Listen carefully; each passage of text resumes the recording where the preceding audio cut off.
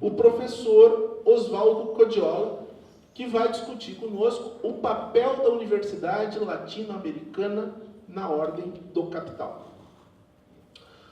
O professor Codiola, ele é graduado em Economia Política e História pela Universidade de Paris 8, é doutor em História Comparada das Sociedades Contemporâneas pela Escola de Altos Estudos em Ciências Sociais da França, é professor titular da USP na área de História Contemporânea e trata temas que envolvem o movimento operário na América Latina e os processos de organização política da esquerda. Então, é com grande prazer que eu convido o colega Codiola, que além desse perfil acadêmico, é também um companheiro de luta de muito tempo dentro do ANDE, Sindicato Nacional. E é com imenso prazer que nós recebemos, né, depois de uma viagem dura de Porto Alegre a Santa Maria, nos pinga-pingas da vida, mas é um prazer nós termos o Codiola hoje e amanhã. Né? Amanhã ele vai fazer uma outra fala na CEDUFES, amanhã à noite, e todos já estão convidados, discutindo o papel do Brasil na crise política e financeira atual. Então, eu vou passar de logo a palavra para o Codiola, e depois dessa conferência de abertura, nós vamos ter também uma mesa com 3 panelistas cuidadosamente pensados e convidados para discutir, né, qual é o papel da universidade hoje no mundo do trabalho, né, para quem que nós estamos formando. Então, Codiola, muito obrigado. Obrigado a você.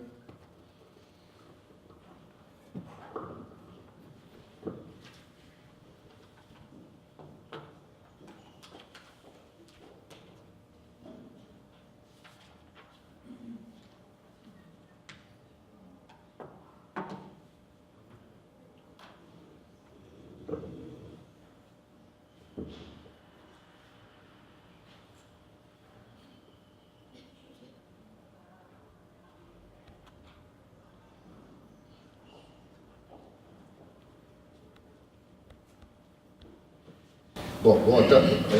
Funciona? Sim. Tá, tudo bem. Bom, boa tarde a todos, obrigado pelas palavras de apresentação, que, enfim, são a respeito de títulos, etc. Já estou... não é sobre esse assunto que eu gostaria de me referir. Já estou há 33 anos agora na USP como docente. Comecei a carreira universitária, vamos dizer assim, em 1971 na Argentina, fui expulso da universidade pelo regime militar em 1976. Me formei na França não porque eu tivesse recursos para ir para a França, senão porque tive que fugir para que não me matassem, certo? Então foi por isso que acabei me formando na França, fazendo mestrado e doutorado lá, depois vim aqui na USP, enfim, acabei indo parar no Brasil. Bom, a minha trajetória não tem nada de peculiar, ou seja, nada que não tenha acontecido com muitos outros membros da minha geração, certo? Que tivemos uma trajetória muito Argentina, França, Brasil, no meu caso, certo? Menos determinada por uma escolha, certo, de países e muito mais determinada por uma perseguição política e por oportunidades de trabalho, simplesmente, né? Não porque se tivesse tido uma trajetória normal, eu teria provavelmente me formado e continuado minha carreira universitária toda ela na Argentina. Aliás, menciono a Argentina não porque seja a minha nacionalidade, mas porque fui apresentado como conferencista acerca da universidade na ordem do capital na América Latina, certo? Eu não vou tentar fazer uma coisa abrangente de toda a América Latina, não teria condições nesse momento, mas poderia fazer algumas comparações entre Brasil e Argentina, que já é bastante porque são 2 dos 3 países mais importantes da América Latina pelo volume da economia, da sociedade, etc., junto com o México, certo? Mas México, neste momento, não tenho dados muito concretos para apresentar, vou tentar comparar um pouco com a Argentina. Bom, então aqui foi feita uma apresentação, certo, relativa un processo de privatização, certo? Esse processo de privatização se dá através de subsídios às universidades privadas. Nós temos tido uma forte expansão da matrícula universitária no Brasil nos últimos anos, certo? E essa expansão se deu basicamente favorecendo o setor privado, ou digamos, fazendo crescer o setor privado em medida bem maior do que o setor público, que também cresceu, no entanto. No caso da Argentina, em geral, o que se fala é que a Argentina apresentaria o exemplo contrário, ou seja, a Argentina seria um país onde o peso do setor público é muito maior e que sempre tive muito mais importância a universidade pública do que a universidade privada. Isso é verdade, mas é uma coisa que também está mudando, certo? Vou dar dados, certo, para que semelhantes aos que deu. Espera aí que teu nome. Adriano. Nós temos atualmente mais de 7 milhões de estudantes universitários no Brasil, certo? Na Argentina temos 1.800.000 estudantes universitários, ou seja, temos mais ou menos, digamos, entre 3 e 4 vezes menos estudantes universitários no Brasil, na Argentina, do que no Brasil. Mas a população brasileira é 5 vezes maior do que a Argentina, ou seja, que a taxa de cobertura argentina é maior, certo? O percentual entre jovens entre 18 e 24 anos que frequentam universidades é ainda maior na Argentina do que no Brasil. Isto é que pese muitas ofensivas que houve sobre a universidade pública argentina nos anos justamente em que eu tive que estar fora da Argentina, certo? Que foram os anos do regime militar, que foram anos literalmente de destruição da universidade, certo? Mas ainda assim ela se manteve e a taxa de cobertura continua sendo bem maior na Argentina do que no Brasil. Nos anos que vão de 2000 a 2013, no caso argentino, a matrícula universitária, quero dizer, na Argentina temos 126 universidades ou instituições de ensino superior, certo? A cifra é pequena comparada com o Brasil, certo? Mas estou considerado, esse dado deve ser, porque aqui nós temos, se contam por milhares, certo? Mas aqui se contam por milhares considerando universidades, centros universitários, etc, etc. Então, falando de 126 universidades ou instituições de ensino superior que agrupam 1.800.000 estudantes, a matrícula universitária cresceu entre 2000 e 2013 na Argentina 36,6%, ou seja, teve um crescimento comparável com aquele que do Brasil, certo? Nesse contexto, desse crescimento, as estatais, as universidades públicas, cresceram na Argentina 26%, um percentual inferior ao crescimento geral. E as universidades públicas cresceram na Argentina 95%. Ou seja, também se deu um crescimento da matrícula universitária menor em termos proporcionais ao brasileiro, porque o brasileiro partia de muito baixo, certo? Eu me lembro quando eu cheguei aqui no Brasil no ano 80, quando eu comecei a dar aula na USP, lá pelo ano 83, 84, primeiro na Unicamp e depois na USP, o Brasil não chegava ainda a 1 milhão de estudantes universitários, certo? Eu era doutor, certo? E não havia 10.000 doutores no Brasil em todas as especialidades. Atualmente o Brasil forma 10.000 doutores por ano, certo? Ou seja, que há uma mudança de caráter, diria, qualitativo, certo? Dos 30 anos, nos últimos 30 anos, certo? E neste crescimento, que foi proporcionalmente menor na Argentina, a matrícula universitária, em relação ao espantoso crescimento brasileiro dos últimos anos, no entanto, na Argentina também será um crescimento muito maior na universidade privada para a universidade pública. Eu tenho, inclusive, um estudo aqui que tenta explicar por que cresce tanto a universidade privada, certo? Eu não vou ler, nem citar, nem nada. Mas no caso argentino se apontan, por exemplo, entre outras coisas, razões claramente de classe, certo? Ultimamente, algumas universidades privadas têm recebido muitos alunos oriundos também de escolas privadas, certo?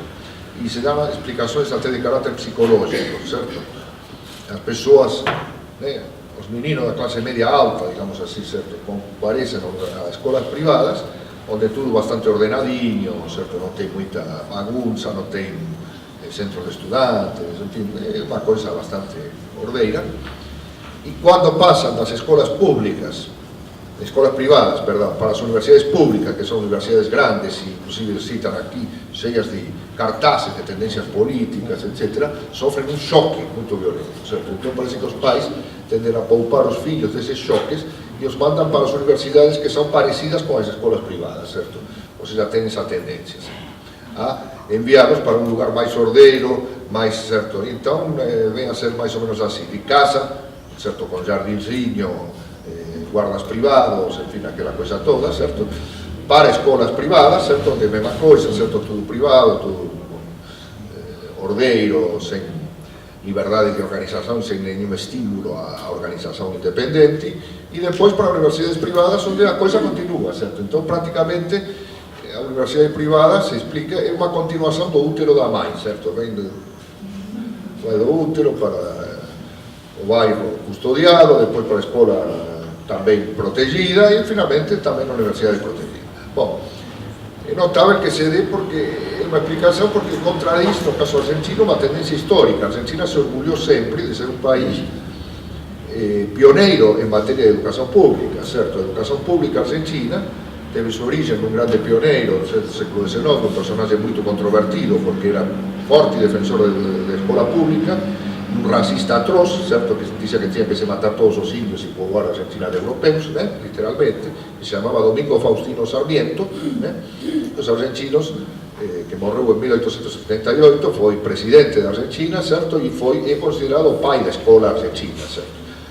Um personagem equivalente ao que seria na França Jules Ferry, que é considerado o grande impulsionador da escola pública na França, certo, que foi a que determinou o perfil do país, certo, porque até o final do século XIX, na França, o francês era uma língua minoritária, certo, o francês era falado basicamente na região conhecida como Île-de-France, ou seja, a ilha da França, porque o francês era a língua de Paris e a região, certo, no restante do país não se falava francês, se falava as línguas locais, certo, e as pessoas tinham, então com o francês acontecia uma coisa esquisita, era a língua diplomática internacional, era a língua que falavam todas as elites europeias, certo, ao ponto de que a aristocracia russa ou polonesa, quando fazia banquetes ou festas, preferiam falar francês entre eles e reservavam a língua nacional para falar com os criados, certo? E, no entanto, era uma língua internacional das elites e da diplomacia, mas não era muito falado na França, ou seja, a maioria da população francesa não falava francês. Quando mudou isso, mudou com a escola pública, que obrigou todo mundo a falar francês, porque a escola pública determinou que só se falaria francês. Durante longos anos, inclusive o uso das línguas derivadas de outra matriz, não da langue d'Occitanie, da região da Île-de-France, não da langue d'Oc, que parece mais com catalão, occitan, foi combatido para que não se usasse. A mesma coisa o bretão, certo? Uma língua muito parecida com as línguas gaélicas, as línguas da Irlanda, certo? Foram combatidos para que as crianças não falassem mais essas línguas, certo? Porque eram um empecilho a que, digamos assim, houvesse uma unificação escolar e linguística do país, certo? Caso não houvesse uma unificação linguística, era um problema, porque todo o mercado nacional de uma nação se apoia uma série de padronizações e homogeneizações de pesos, medidas e até de línguas, para que as pessoas, certo, possam falar, inclusive fazer negócios entre elas falando a mesma língua, certo? Se você, a mercadorias, tem um sistema de peso e sistema de medida e as pessoas que vão fazer as transações comerciais falam línguas diferentes, todo se torna muito difícil, certo? Aqui no Brasil, a unificação nacional se deu na época da Guerra do Paraguai, quando, entre outras coisas, foram unificados os sistemas de pesos e medidas. Isso provocou algumas revoltas, algumas muito famosas, como a revolta do quebra-quilos, no Nordeste. Por quê? Porque não queriam admitir o quilograma como unidade de medida, certo? E existe toda uma polêmica acerca da natureza dessas revoltas, certo? Se eram revoltas anti-modernização, efetivamente eram revoltas anti-modernização. Houve várias revoltas dessa natureza aqui no Brasil, certo? Que era um país unificado, mas extremamente heterogêneo e tudo mais. Então, estou fazendo essa digressão, me desviando um pouco, porque quero situar toda esta coisa no contexto histórico, certo? No caso francês, a unificação da escola pública e posteriormente da universidade pública, certo? Foi feita na segunda metade do século XIX, certo? Com uma forte intervenção do Estado no sentido, em primeiro lugar, da unificação linguística, certo? E em segundo lugar, da adaptação da universidade, digamos assim, de tirar a universidade do seu limbo das 7 artes liberais, do seu limbo fora da realidade, vamos dizer assim, certo? Ainda no século XIX, muitas universidades europeias davam aulas em latim, certo? ou seja, eram evidentemente uma coisa totalmente anacrônica, né? Porque como que você vai ensinar física ou química em latim, ou as ciências mais modernas em latim, certo? Isto tinha tido um motivo histórico. Por que as aulas das universidades eram em latim? Porque quando foram criadas as universidades europeias no século XII, certo? Basicamente foi o chamado século das universidades. Aulas em latim era a única maneira em que todo mundo se entendesse, porque não havia nenhuma outra língua franca, certo? Todo mundo falava um monte de línguas e de linguinhas aí, boa parte das quais já desapareceram, certo? E as pessoas, então, as aulas eram dadas em latim, que era a única maneira de ter uma língua comum entre todos os estudantes e os professores. Então, isso tinha tido, logicamente, uma razão histórica, certo? Mas já era um anacronismo no século XVIII, no século XIX, certo? Quando as línguas nacionais, certo, ofereciam uma plasticidade que o latim não oferecia, certo, para o ensino de todas as ciências modernas, certo? E não estou me referindo apenas às ciências exatas, certo? Senão a muitas outras. Então, algumas línguas nacionais tenderam a ocupar o papel do latim, certo? Como línguas internacionais. Em primeiro lugar, o francês como língua diplomática, certo? E língua de comunicação das elites, e depois, devido à preeminência da Inglaterra no mercado mundial e depois dos Estados Unidos, como todo mundo sabe, esse lugar foi ocupado pelo inglês, certo? Que atualmente, inclusive, está terminando de deslocar o francês como língua diplomática, né? O francês continuava sendo a principal língua diplomática até pouco tempo atrás. Isso eu não estou falando, certo? Isso... Lá no fundo. Só para chegar um pouco mais. Sim, poderia chegar mais perto do menos. Bom, dá para falar? Tudo bem. Bom, então voltemos ao caso argentino, certo? Bom, todo esse processo se deu, eu me doutorei de fato pela École de Haute Étude en Sciences Sociales, que é a École anedoticamente, certo? E o que se chamou a École Pratique, ou Escola Prática, ou sexta seção da escola, enfim, foi criada em 1868 como uma maneira de meter uma cunha nas universidades. Por quê? Porque as universidades ainda eram muito anacrônicas, certo? Havia muita coisa defasada, ainda havia uma presença importante da igreja, certo? Havia um descompasso entre o desenvolvimento científico e o desenvolvimento universitário. O desenvolvimento científico que tinha permitido, por exemplo, a Revolução Industrial na Inglaterra, não se deu nas universidades. As universidades praticamente foram alheias à Revolução Industrial e a todo o avanço científico. O avanço científico se deu nas sociedades científicas, sociedades reais científicas, de engenharia, de química, e os investigadores estavam todos fora da universidade. As universidades eram um antro de reação, não digo apenas política, mas principalmente de reação anticientífica, ou seja, estavam fora do movimento científico, e foi necessário um século, tanto na Inglaterra quanto na França, de movimento, no sentido de transformação da universidade, para extirpar, em primeiro lugar, a presença da igreja, certo? A presença clerical. E em segundo lugar, por exemplo, ocupava um lugar importante, ocupava o ensino da teologia. Hoje continua, mas é marginal em universidades confessionais, certo? E fundamentalmente a ciência moderna, certo? E a ciência moderna que somente poderia ser, que era feita em línguas nacionais, era feita em inglês, era feita em francês, não era feita em latim, a ciência moderna, certo? Por esse motivo, as universidades sofreram uma série de transformações e houve um grande movimento em direção da consolidação das universidades públicas, certo? Tanto na França quanto na Inglaterra, depois na Alemanha. Bom, na Alemanha as universidades públicas surgem nesse momento na impulsão à universidade que nós conhecemos, que é a Universidade Humboldtiana, que todas, esta inclusive, certo? Que foi produto de um projeto levado adiante por Alexander von Humboldt, certo? A partir do Estado prussiano, no sentido da modernização dos currículos universitários, com uma forte intervenção estatal em defesa da escola pública, certo? Foi o que permitiu a chamada Segunda Revolução Industrial, embora o termo seja polêmico, que teve sim aí como sede as universidades. A primeira passou por fora das universidades, a segunda esteve por dentro das universidades, porque passou pela Universidade Humboldtiana, que era a Universidade da Alemanha, e a Segunda Revolução Industrial foi basicamente, que foi a revolução dos motores a combustão, motores a explosão e tudo mais, certo? Passou basicamente pelas universidades da Alemanha. pelas universidades e pelas universidades da Alemanha, certo? Pode parecer incrível que ao mesmo tempo que isto acontecia na Europa, certo? Acontecia um movimento semelhante na América Latina, não no Brasil ainda, que era politicamente atrasado, certo? Apesar de ser um país mais antigo, que já tinha uma estrutura social e uma sociedade consolidada, aqui ela tinha sido um reino, um império e tudo mais, enquanto que a Argentina e o Uruguai, certo? Durante a maior parte até meados do século XIX, eram basicamente fábricas de vacas, não havia outra coisa, certo? Havia muito mais vaca do que gente, certo? Eram desertos, certo? Que sofreram fortes processos imigratórios, percentualmente muito mais importantes do que o processo de imigração brasileira, que foi importante, mas a imigração argentina e uruguaia, para tomar os países mais próximos, foi praticamente a que criou o país. Até a grande imigração, esses países eram praticamente desertos, certo? Quando se tornou independente a Argentina, tinha 1 milhão de habitantes.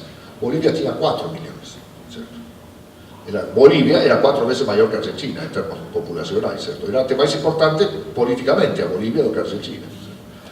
A coisa mudou no século XIX, não vou falar de toda a história da América Latina, do peso da grande imigração, e da força que teve nesse momento um impulso que foi dado simultaneamente pela pressão das novas classes sociais que surgiam a partir do processo imigratório, de um lado, e por outro lado pela impulsão do próprio Estado oligárquico argentino.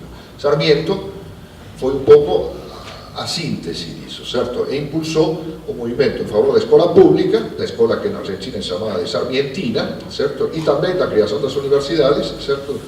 Já no século XIX, no mesmo momento em que um movimento de natureza semelhante, digamos, acontecia na França e na Inglaterra, mas principalmente na França, certo? Que é onde ficou mais famoso, porque as universidades francesas se transformaram, digamos assim, no centro da vida intelectual, mas não no centro da vida científica, que no caso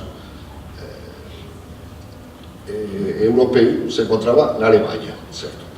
E finalmente tivemos a formação das universidades norte-americanas, certo? Com outro processo que era completamente diferente, porque as universidades norte-americanas nasceram privadas e as universidades públicas se criaram muito tardiamente. Todas as universidades eram privadas, certo?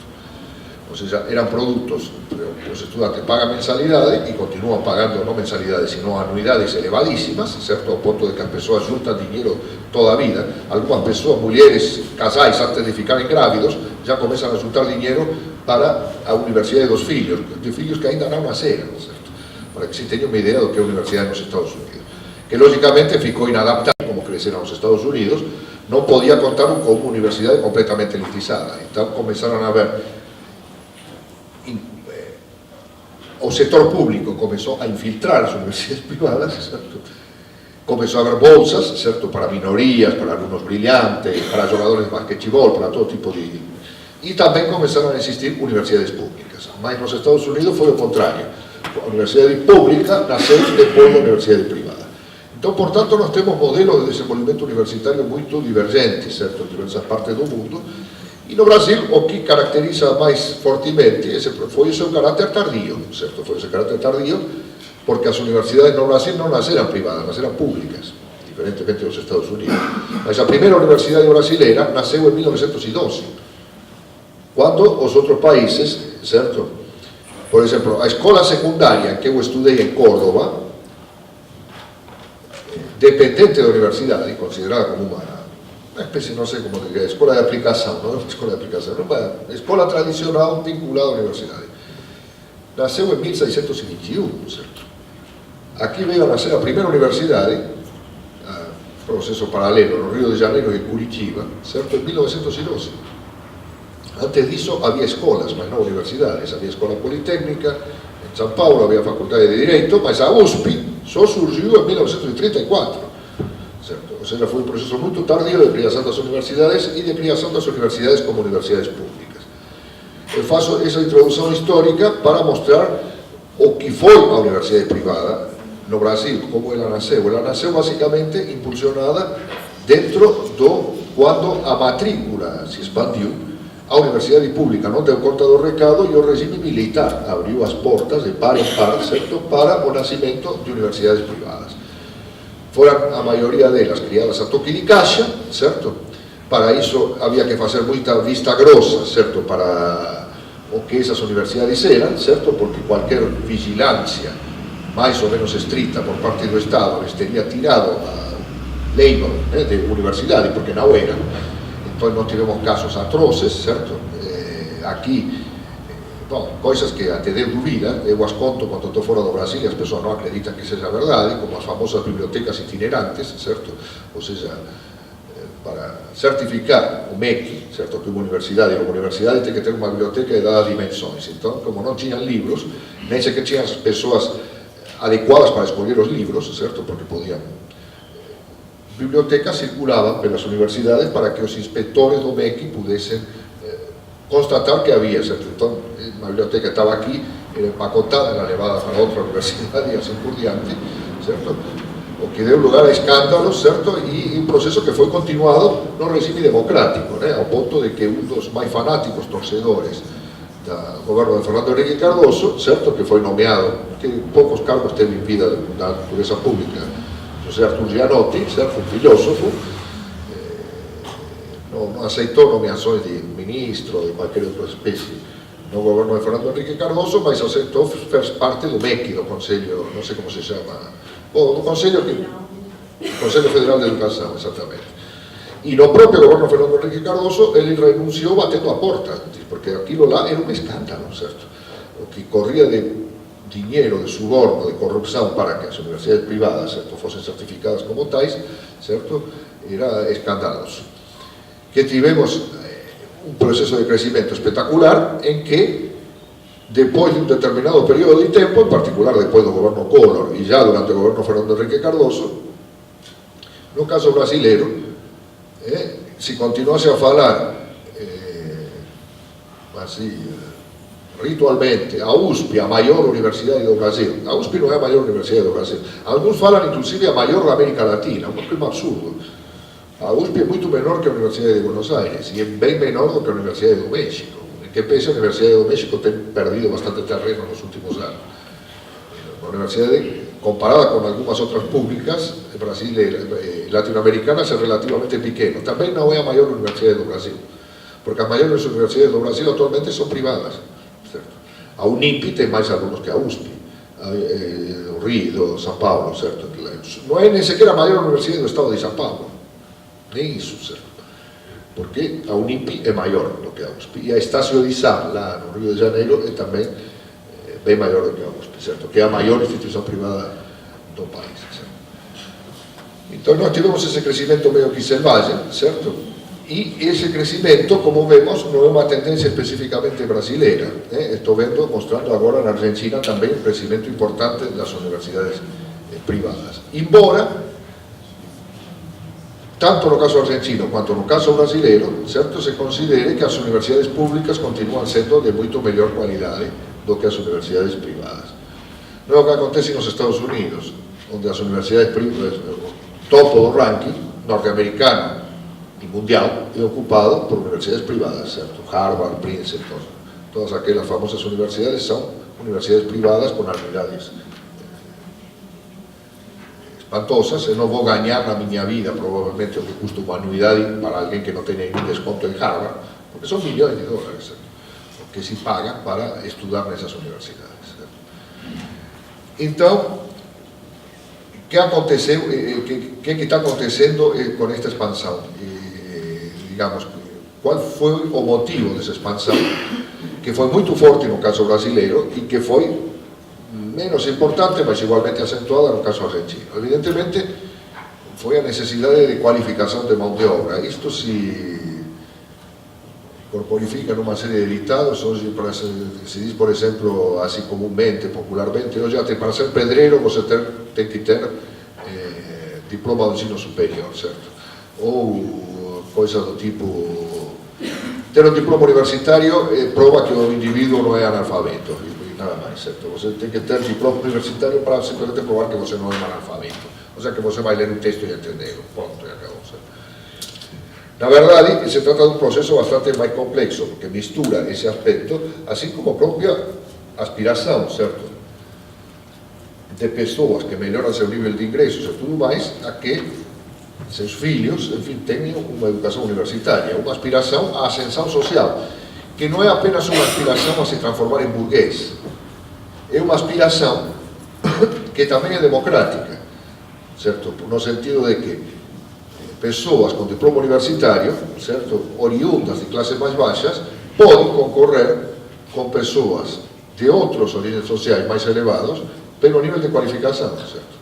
Por exemplo, não é por acaso que na Argentina houve um duplo movimento que originou tanto a universidade quanto o país atualmente, com 2 anos-chave, 1916 e 1918. Em 1916, pela primeira vez se realizou uma eleição argentina sobre o sistema de sufrágio universal, considerada a data da virada da democratização da sociedade argentina, quando o Partido Radical, com sufrágio universal, venceu as eleições gerais. Até esse momento, o Partido Radical era o partido da oposição contra os partidos da oligarquia, os partidos conservadores, os partidos do regime.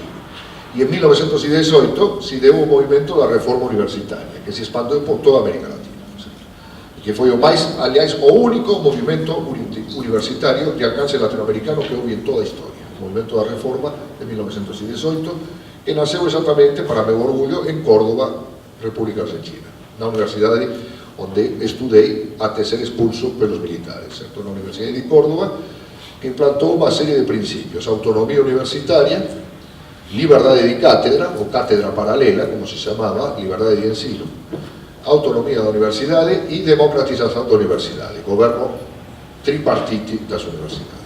Não só isso, o movimento da reforma não se esgotou nisso, foi muito além disso, certo? Foi um movimento que encetou a questão da unidade com as classes subalternas, principalmente com a classe operária. Foi aí que começou a se falar em unidade operário-estudantil, certo? E posteriormente se transmitiu para toda a América Latina, certo? O movimento chamado reformista deu origem a partidos políticos. O APRA peruano foi a sua criação mais importante, a Aliança Popular Revolucionária Americana, que acabou sendo o principal partido peruano do século XX, mas que não nasceu no Peru, nasceu no México, porque seu fundador, Víctor Raúl Aya de la Torre, estava exilado no México, era um estudante opositor ao regime militar peruano naquele momento, certo? Foi criado em 1924, e muita gente que vocês conhecem bem foram inicialmente militantes reformistas, não no sentido que se dá politicamente o termo que luta por reforma, sino da reforma universitária. Quem foi militante da reforma universitária? Fidel Castro. Quem foi militante da reforma universitária? Ernesto Che Guevara. Todos eles foram militantes da reforma universitária. E cresceram influenciados por esse movimento, que foi provavelmente a matriz ideológica comum a toda a geração que vem da área de revolucionários ou de políticos conhecidos que conheceu a América Latina, certo? Durante o século XX, inclusive durante a segunda metade do século XX.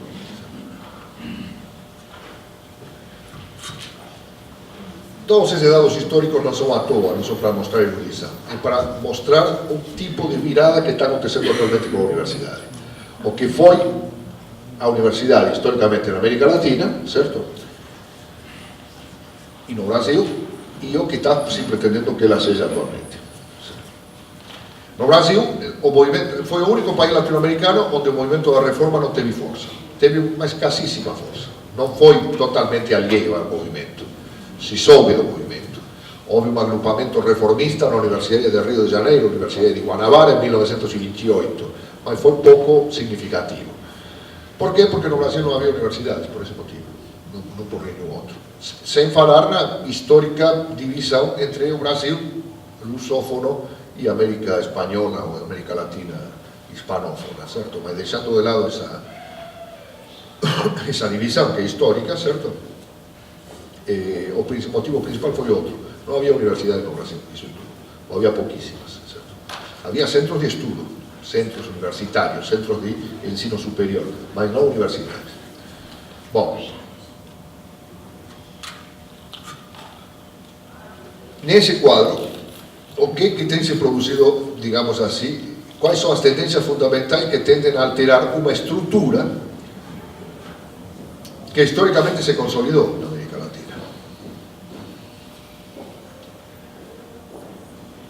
E que é responsável por ser o que nós somos, independentemente. E vocês vão me dizer, mas non somos grande coisa? Non sei se somos grande coisa, mas non somos alguma coisa, certo? Se non tivessemos tido universidades, movimento da reforma universitaria, bom, eu acho que este mundo, esta América Latina, sen Fidel Castro, sen Che Guevara, sen o APRA, sería pior, certo? E sen moitas outras coisas que aconteceron na nosa historia, certo? Sería ben pior do que ela é, certo? Que eles expresaran aspiración a América Latina ser alguma coisa máis, certo, do que unha ex-colonia española ou a portuguesa transformada en semicolonia inglesa e depois en semicolonia norteamericana, certo?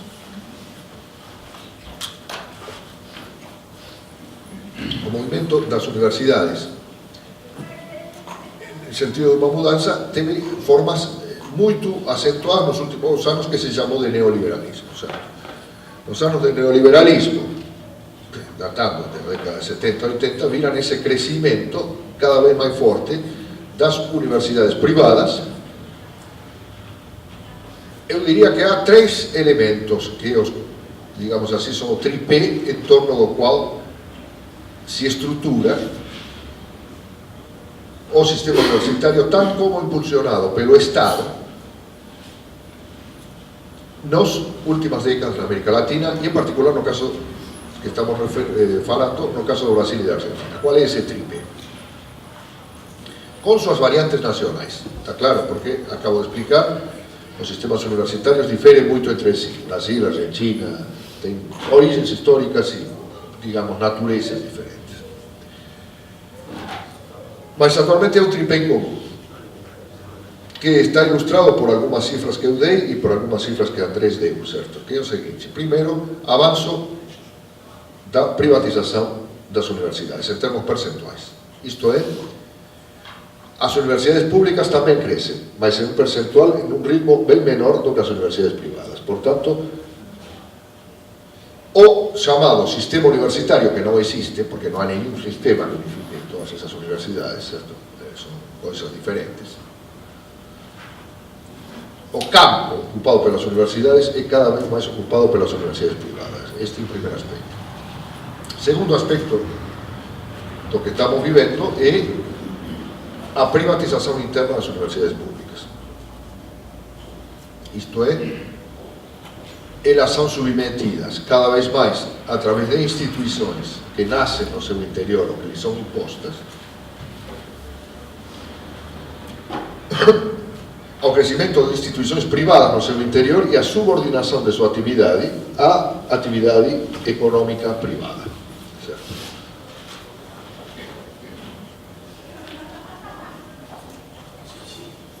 E finalmente temos un terceiro aspecto, que é aquilo que genéricamente se denomina productivismo, ou seja, cada vez máis a actividade docente e de pesquisa está submetida a criterios de medición de carácter cuantitativistas, certo? Con premios e con sanções para os que non conseguiren eses índices e instaurando unha verdadeira carreira dentro das universidades, entre departamentos, entre facultades, departamentos, por fatías maiores ou menores do orzamento universitario e finalmente premios en toda individuais, diría, certo? Porque nós actualmente temos desde bolsas até, por exemplo, na USP até carreiras que se vienen suspeitas, certo, de practicar ese tipo de coisa. Nós temos un leque salarial moito grande, nós temos un salario, unha carreira única, por tanto salarios únicos, mas o nivel de ingreso, en especial nas carreiras que son máis submetidas a estes criterios que acabo de mencionar, é moito diverso. Algúns profesores gañan moito, considerándose non apenas o salario, mas todos os restantes das coisas que eles receben, que son bolsas, há unha flexibilización do tempo integral que permite cualquier cosa, para falar francamente, certo? Nós chegamos a detectar casos en que docentes gañaban coisas así tipo 3.000, 4.000 reais por mês e conseguían por trabalhar por unha fundación cifras de torno de 50, 60, 70.000 reais por mês. E iso é chamado de complementación salarial, unha coisa absurda. O salario era 3.000 e a complementación 50.000. É quasi cínico chamarlo desa maneira. É obvio que o salario Não, um período de tempo, não importa, se você está 5 anos assim, se você passa 5 anos ganhando 50.000 reais por mês, você consegue ganhar esses 5 anos mais do que vai ganhar em toda a tua carreira universitária submetido ao salário em comum. E vale até para as ciências humanas, certo? Porque tem bolsas NPq, tem o diabo, tem, enfim, trocentas coisas, certo? Que levam a uma recompensa entre os próprios docentes. Bom, agora, o problema não é dizer, nós defendemos os valores da escola pública, porque a escola pública, eu fiz toda uma exposição histórica de como nasceu a escola e a universidade pública, e está muito certo defender os valores, porque foram os que nos criaram, certo?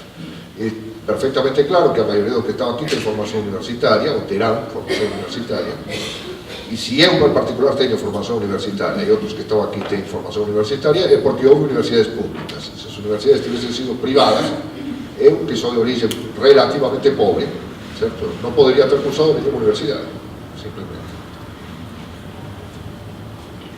Então, portanto, está certo nós defendermos as universidades públicas em função de uma tradição democrática que custou, certo? As universidades públicas não foram apenas uma invenção do Estado. Houve o interesse do Estado, mas elas se expandiram com o movimento da reforma universitária, certo? Que levantou outra bandeira, ingresso irrestrito à universidade. Na Argentina, até o dia de hoje, não há vestibular nas universidades. Isso e em muitas outras universidades da América Latina. O vestibular é uma instituição tipicamente brasileira. Por que tipicamente brasileira? Bom, porque aqui não houve reforma universitária. O que houve foi aqueles anos 68, foi uma coisa, um movimento muito restrito, certo?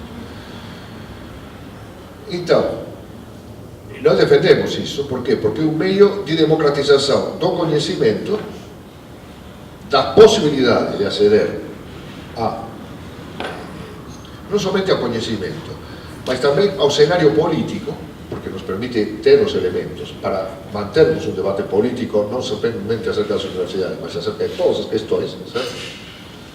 Isto permitiu a muitas pessoas humildes, certo, se projetarem para o cenário político. Se tivessem tido apenas escola secundária ou primária, não teriam tido essa possibilidade. E porque é um meio de democratização geral das sociedades, exatamente por esse motivo, certo? Não é apenas uma maneira de conquistar um lugar mais visível. Foi um meio de democratização das sociedades. Sem esse tipo de... Sem essas universidades não teríamos tido bom, debates que nós temos hoje, certo? Nós estaríamos muito atrás desses debates, porque simplesmente teríamos uma sociedade absolutamente elitizada, elitista, como algumas existem ainda hoje, em regiões africanas, asiáticas, etc., em que a divisão entre uma elite rica e uma massa enorme e pobre, certo, continua existindo. Embora seja cada vez mais um mito, né? Porque também nesses países a ascensão das classes médias e tudo mais também está chegando. Mas, digamos assim, seria bom motivo já defendermos todas essas tradições e defendermos que esse processo deve continuar, certo? Não se deve fechar nesse momento, certo?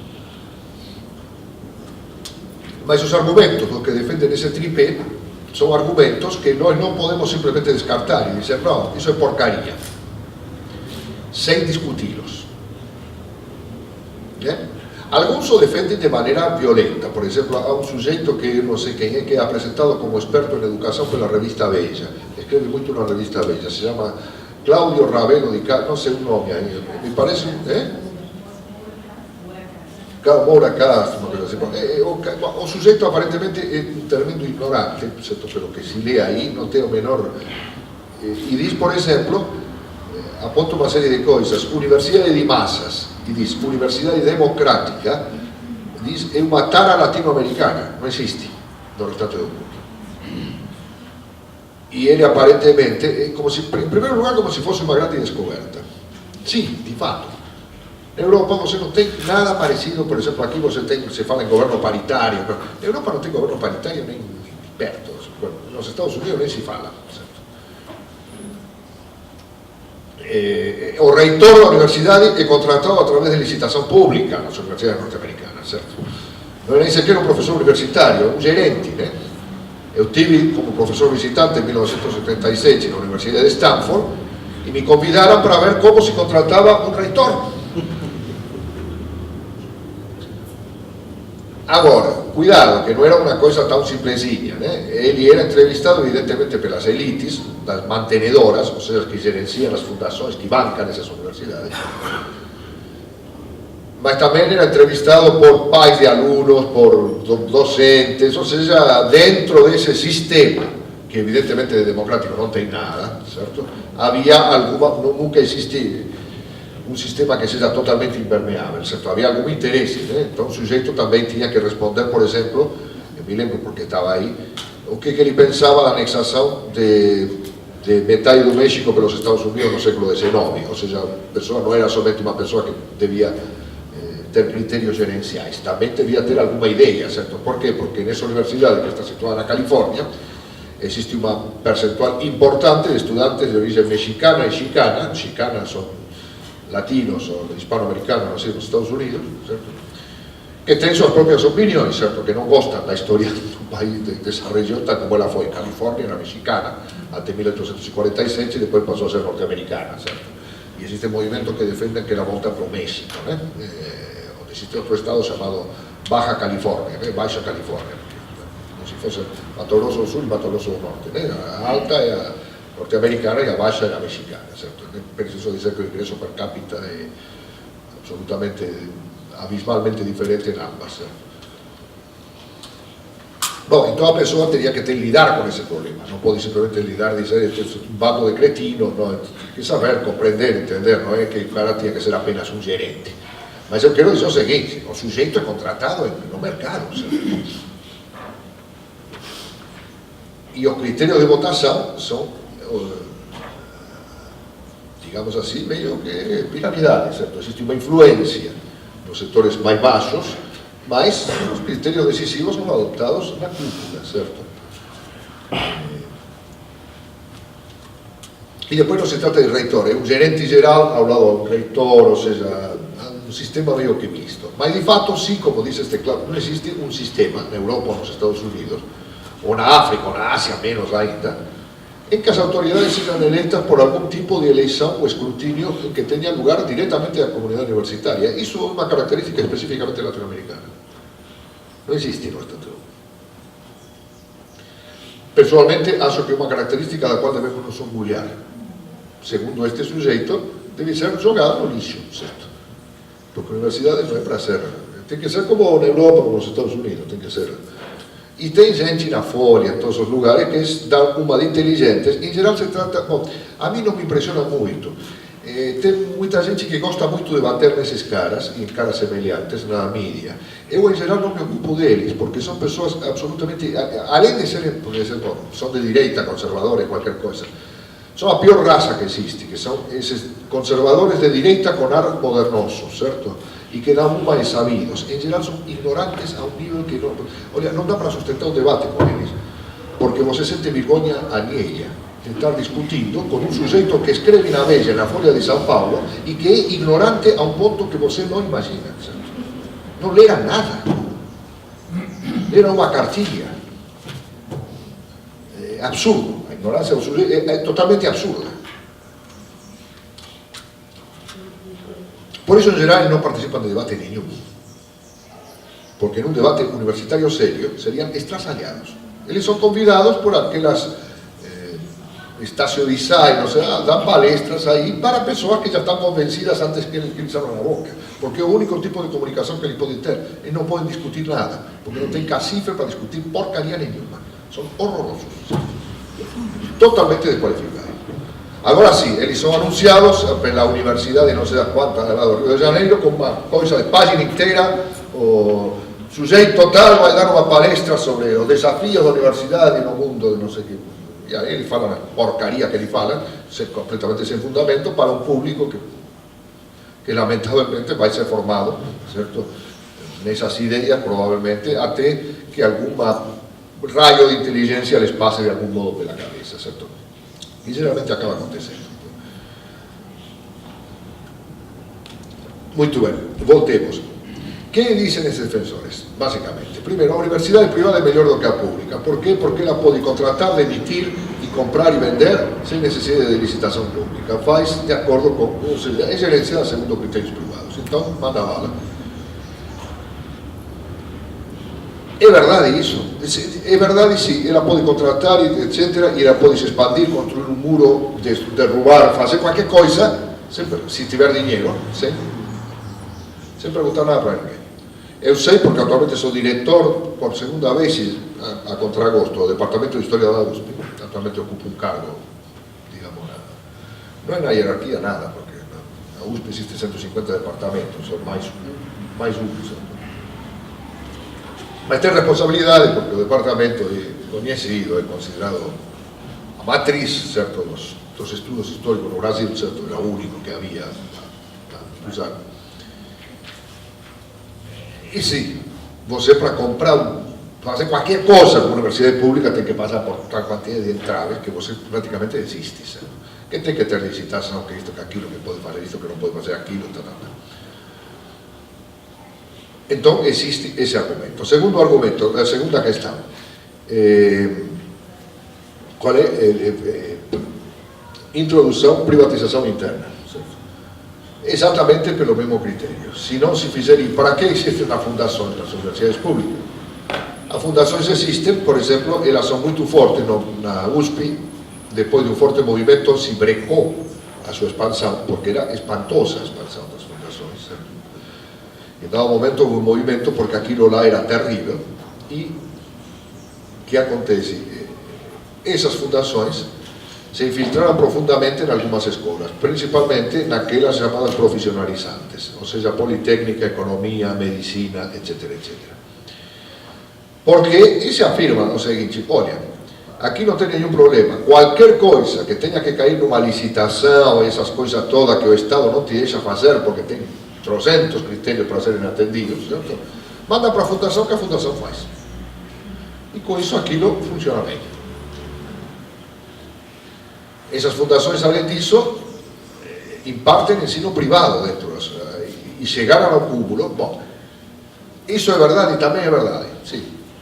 De fato, você vai na Faculdade de Economia, vai na Escola Politécnica ou vai na Faculdade de Medicina da USP e aquilo lá é um luxo, certo? Quer um computador? Bom, agora todo mundo usa os tablets, certo? Mas digamos quando ninguém usava tablet, você tinha computadores em todos os corredores. Aí, quer computador? Senta aí, está aí. O que mais que você quer? Não sei, qualquer coisa, certo? Parecia, sei lá, Suécia, Finlândia, no meio do Brasil, certo? Aquilo lá é super moderno, parará. Compara com história, geografia, letra, não sei o que, não funciona. Cada um por tem que estar se ocupando de um monte de porcaria, certo? Agora vamos receber a Feira do Livro, estamos pedindo, vamos receber a Feira do Livro da USP, né, o Departamento de História. Vão ser 120.000 pessoas, certo? Que receber em dezembro. E me digo, escuta, tudo bem, não recebemos 120.000 pessoas, mas sempre já aviso uma coisa: o chão está afundando em 2 pontos, então pode ter acidente, as pessoas vão afundar, certo? São 120.000, vai ter afundamento de gente. Então, por favor, me resolva o problema do chão. Não pode, porque tem que fazer e não sei o que passaram 20 e-mails por aí, certo? Não pode fazer nada, até que finalmente diz: olha, dá para fazer sem licitação uma gambiarra, vamos jogar terra por baixo, pedregulho, pedras aí, e vamos ver se o chão não afunda. Então estamos numa aposta. A Feira do Livro da USP vai ser realizada sem nenhum morto, certo?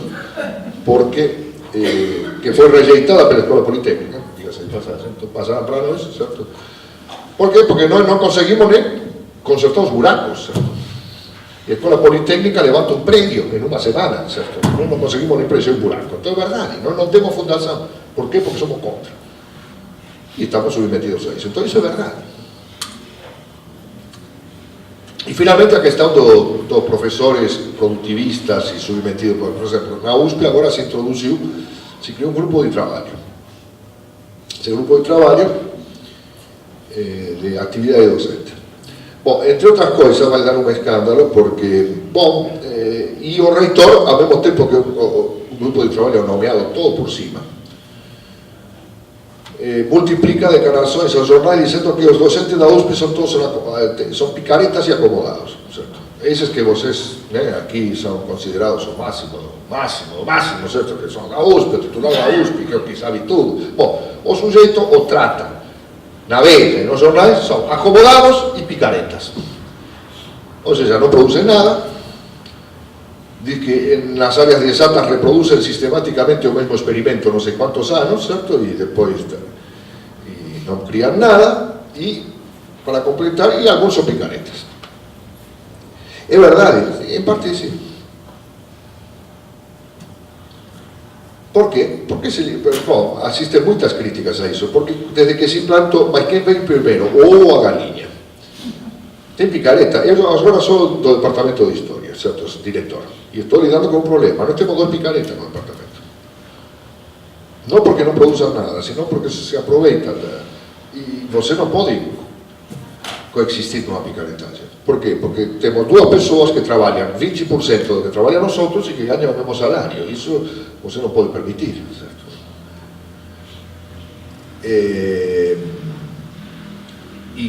E existem coisas desse tipo. Bom, mas são produto desse sistema produtivista. Por exemplo, existe o que se chama ciência salami, né? Ciência salami é um nome que não foi dado por brasileiros, foi dado nos Estados Unidos e na Europa. Você agarra uma coisa e a corta em fatia. Por exemplo, você produz um artigo. Você faz parte de um grupo de 17 pessoas. Cada uma produz um artigo. E os outros o assinam. Todos. Como resultado, você fez um só experimento. Uma só, digamos, um só produto. Mas você consegue aparecer nos índices de produtividade como autor de 17 produtos. Grande parte dos currículos lattes, em particular nas áreas ditas profissionalizantes, são inchados por causa disso. Na verdade, aparecem coisas que as pessoas não fizeram, apenas assinaram. A isso se chama de ciência salami. Se corta um artigo em fatias e se distribui. Certo? E contra isso, ou de ciência feita às pressas, há um movimento internacional chamado Slow Science, certo? E tudo mais. Ou seja, que o que eu estou mostrando é que existe a picaretagem, claro que existe. Existe a picaretagem em todas as ordens da vida. Existe a acomodação, também existe. Há uma tensão na universidade, sim, há uma tensão que nós temos que resolver todos os dias. Por quê? Porque o professor universitário é um docente, um pesquisador, uma pessoa que tem que se ocupar da comunidade, fazer extensão, e um trabalhador que é um funcionário público. Como é possível ser todas essas coisas ao mesmo tempo? Em nome do produtivismo e também da privatização interna, mas principalmente do produtivismo, por exemplo, o grupo docente está tentando, o grupo de trabalho sobre a atividade docente sacou um critério que é o seguinte: todos os docentes da USP têm que ser submetidos, qualquer que seja seu nível, pode ser o titular ganhador do prêmio Nobel, não tem importância, a um relatório pelo menos quinquenal, e se não preencher as expectativas e os critérios, que não dizem direito quais são, certo? Ele pode ser rebaixado de regime de trabalho. Ou seja, nós temos 3 regimes de trabalho na USP, não? O tempo integral, o tempo completo e o tempo parcial. Cada um corresponde a horas, entre aspas, diferentes, com salários muito diferentes, certo? E o regime de tempo parcial, por exemplo, que é o que tem o mais baixo, é o preferido, no entanto, em muitas áreas profissionalizantes. Por quê? Porque, na verdade, o salário da USP, nessas áreas, tem pouca importância. Porque a pessoa ganha muito dinheiro. Por exemplo, é o preferido de todos na área de direito. Um constitucionalista, um especialista em direito administrativo, que cobra 150 mil reais de baixada de bandeira, como eles chamam, ou seja, para dar um parecer de 2 páginas sobre um processo, cobra 150 mil reais, certo? Ou um químico, que vai dar um parecer sobre se determinado produto danifica ou não a saúde, e ganha 100 mil reais por dar esse parecer. Bom, francamente, o salário da USP não é muito importante para ele, certo? Fazem 2, 3 destes pareceres por ano e o salário da USP ficou como a grana que você dá para o dinheiro do bolso, vamos dizer assim, certo? E efetivamente eles não querem o regime de tempo integral, querem o regime de tempo parcial. Por quê? Porque lhe permite dedicar-se a atividades na esfera privada, certo? Tudo bem. Então, a argumentação mais ou menos é a seguinte: olha, a pessoa tem que ser produtiva, de boa qualidade, etc, etc, e tem que se avaliar isso a cada 5 anos, e se não se manda para um regime inferior. Com o qual o professor da USP vira horista, na verdade, certo? Porque ele vai receber de acordo com as horas abradadas, é um professor de universidade privada.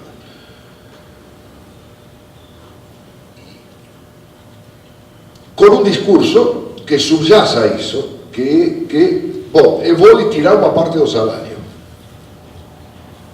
mas eu lhe tiraria todo o salário. Ou seja, o que está no fundo em questão é a estabilidade do funcionário público. Se não preenche determinados objetivos, não cumpre com determinadas condições, certo? Ele tem que ser simplesmente demitido. Só que o funcionário público possui estabilidade. Por que o funcionário público possui estabilidade? Porque senão não existiria a função pública.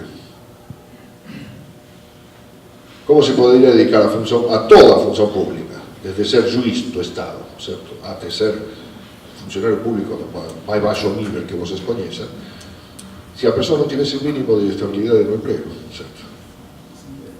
Se se ocupasse disso como se ocupa outra pessoa, isso faz parte da essência da função pública, certo? Que depois sofre uma série de deformações.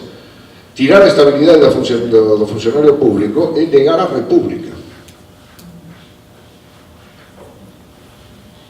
A república pode mudar de titular do poder político, mas só existe se existe um corpo de funcionários públicos com estabilidade. Ou de outra maneira ela não poderia funcionar, não poderia simplesmente existir. Bom, isso está em questão. Bom, funcionário público universitário é outra coisa. Se o cara se acomoda na sua função, vai vir. Vai embora. Não produz X artigos por ano, tarará, então vai embora.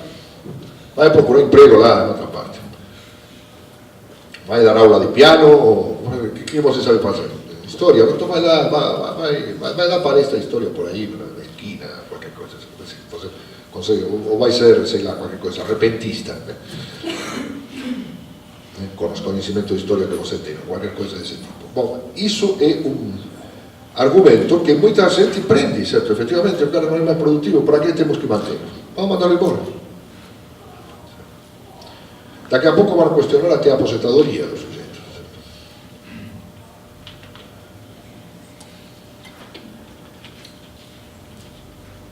Então, nós temos que fazer, em primeiro lugar, e quero ir entrando na fase final, porque todas estas questões, na verdade, os discursos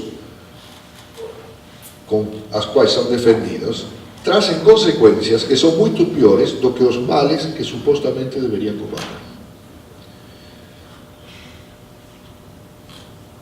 A universidade privada é melhor do que a pública porque é mais ágil. Só que a universidade privada está tão regida pelo princípio do lucro. Atualmente, nós estamos, por exemplo, se formou um grupo empresarial enorme, Croton se chama, que absorveu que são capitais norte-americanos, certo?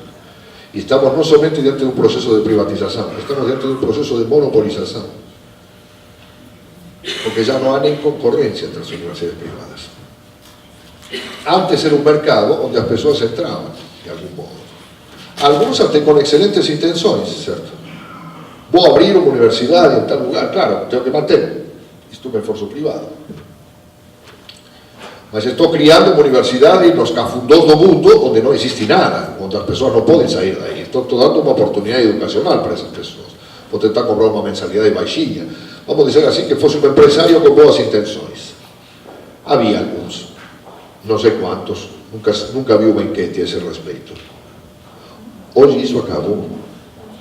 Para entrar nesse mercado você tem que ter um capital enorme. Você não pode contratar alguns profissionais, abrir uma... Não pode. Porque são monopólios enormes que vão se combater com extrema violência, eliminando qualquer possibilidade de qualquer peixe pequeno entrar num mercado que já é enorme, que cresce de maneira espetacular porque tem uma lucratividade fantástica. Não paga impostos. O investimento em capital é baixo. Certo? Você pega os módulos assim, e aí põe umas louças, certo? Põe uma, duas, você tem que, para ser universitário, tem que ter exatas biológicas e humanas, certo? Então faz alguma coisinha aí para ter biológica, qualquer coisa, estudo de qualquer porcaria aí, põe humano, põe administração, põe isto, por aquilo, que é o único que precisa investir um quê? Professor e lousa. Não tem mais nada, não tem laboratório, não tem nada. Investimento em infraestrutura não tem. Ganha algum dinheiro e quando ganhar suficiente qualquer coisa, tiro embaixo tudo, senão não tem importância. Não pago. O local onde eu estou, que me dá o usufruto pela prefeitura, ou seja, quem for, não pago impostos, certo? E tudo que entra em lucro. É fantástico. Como é um negócio tão grande, os grandes capitais internacionais já se meteram nele. Então, a universidade privada, segundo se diz, é mais ágil do que a pública porque não está submetida. Sim, mas acaba não sendo uma universidade. Acaba sendo uma porcaria. E o que deu o exemplo de que Harvard e Princeton são privadas, está dando o exemplo errado. Porque foram privadas no início e tudo mais, mas atualmente estão submetidas a um conjunto de regulamentações enormes, certo? Onde o que importa, no caso de Harvard, não é o lucro que elas produzem, embora produzam lucro, porque todo o lucro deve ser reinvestido obrigatoriamente na universidade, certo? Não beneficia capitalistas. Então são universidades que, aqui se diz público-privadas, seriam privadas públicas, praticamente, certo? Embora sejam ainda parte de um sistema elitista, porque independentemente de todas as cotas que eles dêem para negros, latinos, ou qualquer coisa que exista, e de todos os sistemas, continuam sendo universidades, certo, de elite. Uma pessoa com inteligência média e com rendimento médio nos Estados Unidos nem sonha em estudar em Harvard, nem sonha. Porque Harvard é só para a elite econômica ou para a elite intelectual. Por isso não entra. Certo? Harvard ou MIT, etc. Bom, segundo lugar, a questão do produtivismo e da inserção da fundação. Em segundo lugar, as fundações privadas como maneira de agilizar o trabalho das fundações públicas. No que vai dar as fundações privadas? Bom, a USP, me desculpem, eu venho da USP e ultimamente tenho mais velho, já não consigo dar tantas voltas como antes, então tenho ficado aí. É um exemplo fantástico. O reitor, que defende tudo isso, se viu obrigado a abrir uma investigação. Por que motivo? Porque pela presença de fundações privadas dentro da universidade pública se descobriu um negócio fantástico. Dinheiro público era usado por decisão de corpos colegiados não democráticos para contratar fundações privadas para executar trabalhos dentro da universidade. Qual era o problema? O tomador de decisão no âmbito da universidade pública, que destinava 8 milhões de reais de dinheiro público para fazer determinada coisa, através de uma fundação, contrata uma fundação da qual ele próprio é o proprietário. Então nós estamos em véspera de um lava-jato na USP, que pode dar em nada, porque se descobriu um sistema de corrupção fantástico, que consiste em que o dinheiro circula, ou a vezes, por exemplo, para dissimular um pouco, como se descobriu aí, Mário, para que o nome não seja o mesmo. A empresa contratada, ou a fundação contrata uma empresa, olha assim, dinheiro público é repassado por uma fundação repassa por uma empresa para executar determinado trabalho. Então, o dinheiro público é repassado pelo conselho departamental ou qualquer coisa aí, congregação, seja lá o que for, para uma fundação do qual o titular é o senhor X, que pertence ao mesmo a esse conselho, onde tem força, certo?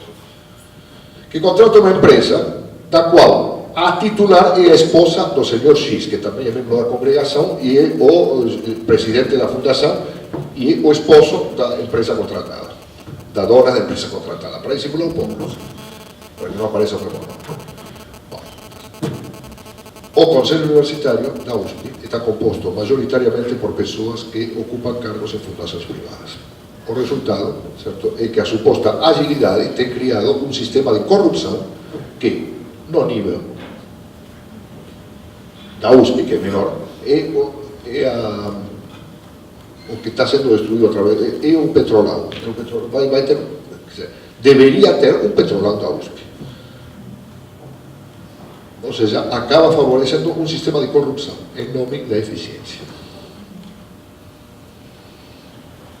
Por quê? Porque o que não está submetido a controle público, agora, é uma mazela essa burocracia que faz. Sim, é uma catástrofe. Nós devemos, de algum modo, temos que lutar por uma agilização de uma burocracia, além do mais, porque muitas vezes essa burocracia é lenta de propósito, certo? Mas deixando de lado qualquer tipo de coisa, você não pode deixar de submeter o dinheiro público ao controle público, porque senão a corrupção vai atrás. E é pior do que a ineficiência, porque a ineficiência você pode combatê-la. A corrupção é destrutora, destrói tudo. E você, depois do ato de corrupção realizado, não há maneira de resolver. O que foi destruído, foi destruído. E, finalmente, os critérios produtivistas para garantir a qualidade da pesquisa. E, eventualmente, do ensino, que seria derivado da pesquisa, digamos assim. A dissociação das universidades, ou seja, uma coisa que esse Moura de Castro, unidade de ensino, pesquisa e extensão é um mito.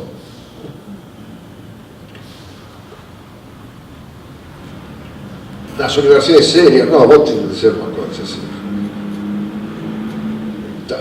Não pode haver unidade de ensino e de pesquisa. Os grandes pesquisadores são uma coisa, os professores são outra. Se você tem que lidar com um bando de moleque, não sei o quê. Põe um cara que saiba lidar com moleque, certo? Mas você não vai querer que o cara seja também um bom pesquisador. Pesquisador é o cara que fica no gabinete. O cara não tem a menor ideia do que está falando. Porque todos os grandes pesquisadores foram também professores, certo? O cara nem se deu ao trabalho de pegar um livro sobre a vida do Einstein e vai ver que a maioria das fotos que retratam Einstein o retratam dando aula, porque o sujeito dava aula. Nenhum historiador célebre francês, que são os mais do século XX, sequer começou dando aula na universidade, porque na França não se começa dando aula, se começa na escola secundária. Quem não passou pela escola secundária não vai na universidade, certo? Todo grande, Prodel, o grande historiador, o grande, todos começaram dando aula na escola secundária. Jean-Paul Sartre começou na escola secundária, Fernand Braudel começou na escola secundária, e depois foram dar aula na universidade. Então, essa idiotice de que tem que ter um pesquisador inteligente e o meia boca dando aula para os moleques, é uma idiotice, desmentida por toda a história. Certo? Se você não é capaz de dar aula para o moleque, você não vai ter nenhuma grande ideia. E, finalmente, a questão que reproduz ao sistema de corrupção. Há um sistema de corrupção na ciência, baseado no produtivismo, que consiste em não produzir nada, fingindo de que se produz muita coisa.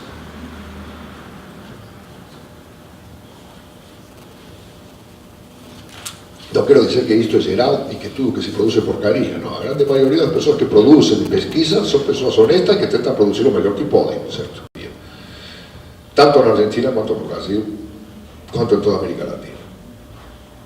Que é o de defender a universidade de uma suposta modernização que na verdade não é uma modernização, uma destruição da universidade. E uma destruição da universidade como produtora de conhecimento, de um lado, e como fator de democratização da sociedade, pelo outro. Os aspectos políticos e econômicos mais gerais eu vou discuti-los amanhã, me falaram que às 6 da tarde no sindicato, certo? Mas eu quero parar por aqui porque eu acho que o que eu devia fazer aqui é introduzir os elementos para pensar e lançar um debate, e não trazer um monte de soluções já prontas. Muito obrigado pela atenção.